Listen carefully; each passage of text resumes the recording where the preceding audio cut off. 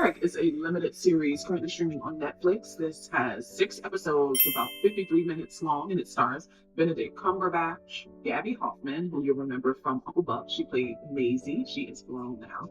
McKinley Belcher III, David Denman, Adepero Oduye from Pariah, the incomparable Clark Peters, and introducing Ivan Morrishow. The cast is stacked. The performances were really, really good.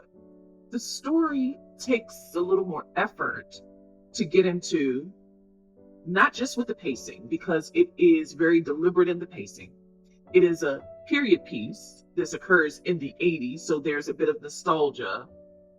But there are parallel stories told. There are parallel worlds, I'll say, told from different perspectives of the main characters, Benedict Cumberbatch's character, McKinley Belcher III's character. Benedict Cumberbatch plays a puppeteer named Vincent. The story is intricate because interwoven are these parallel worlds, a perspective from the detective that is investigating a runaway or kidnapping or missing child.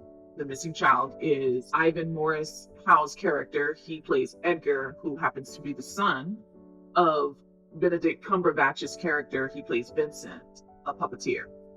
Now, Vincent, he is a puppeteer for this show. Think of Mr. Rogers' Neighborhood. It's very similar to that, but with puppets. He created this, and he is very popular. Kids and families love him. It's a popular local broadcast show in New York. He plays a puppeteer. His son is extremely talented, but he's suffering through this childhood trauma because his parents are toxic to each other, and he is experiencing pain because of it. So one day he goes missing. They don't know if he has been kidnapped, if he's run away, if he's dead, and it may be connected to another missing person, this Black teenager who was experimenting with drugs, but was also gay. Keep in mind, this is the 80s. Homophobia is rampant. Ignorance surrounding HIV and AIDS is like an epidemic, really, the ignorance of it all. And so Detective Michael, played by McKinley Belcher III, his world is happening too because he is closeted. He has not come out. He has this powerful job as a detective. I believe he's a vice detective. And he is not only working on this missing persons case of this minor, but he's also working on another case of this local nightclub that he believes may be connected in some way to this missing persons case, that there may be someone who's kidnapping kids. And Detective Michael is dealing with being closeted. His lover is dying before his eyes of AIDS. He is in this world that has so much masculine energy, and he is protecting himself from being exposed. So he's got to pretend to be this eligible bachelor. Meanwhile, all that's going on, Benedict Cumberbatch's character, Vincent, is toxic to not only his son and his wife, but his colleagues at work. Nobody wants to work with him. He is also an alcoholic. He is dealing with drugs, cocaine. It's the 80s. And his son goes missing. Now, where this story could lose you if you're not following along, or even if you're not binging, is that there are times in this story where it seems like Vincent doesn't care that his son is missing. Somehow he knows that his son is still alive and that maybe he just fled to get away from his parents. And what was wild to me about how the story unfolds is, Edgar's missing and his parents seem to go on about their lives. I mean, they are suffering. They're hurt that he is missing, but they know that he is still alive. And Vincent is suffering at work. He gets fired. He is dealing with not just these inner demons, but he may be dealing with psychological issues. Maybe there's some schizophrenia there. Edgar, on the last day that his parents see him, or the last night that they see him, he drew this new character for his father's show, which is called Good Day Sunshine. And this character is a monster named Eric. and it comes alive to Vincent. And Vincent finds a way to incorporate this at work before he is fired. They take his idea and fire him, but they build this monster, and it's similar to what he sees, the visions that he sees. And he uses this demon or this monster to communicate vicariously to his son in hopes that he is watching him on the news and so forth. Meanwhile, Edgar, I don't really want to spoil it, but I don't think you can tell this story because it's so intricate without some spoilers. But he flees to this underbelly life of these vagrants that are also suffering through drugs. And it just seems like this life that he is living now in this underbelly of New York is not as bad as home. That's the picture that this series and many of these episodes are painting.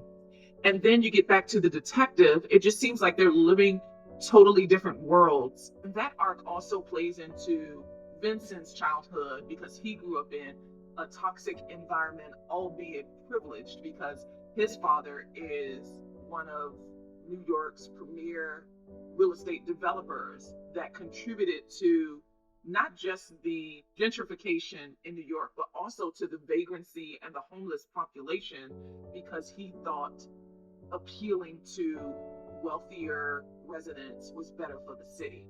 So a lot of this plays a part into the story. I just think it's woven in a way that takes a lot of concentration to really get into the story. It's one that you really do have to pay really close attention to. The music is good. The set design is really beautiful. It does transport you to the 80s. I loved the performances. I was not familiar before this film with McKinley Belcher III. I'm not very familiar.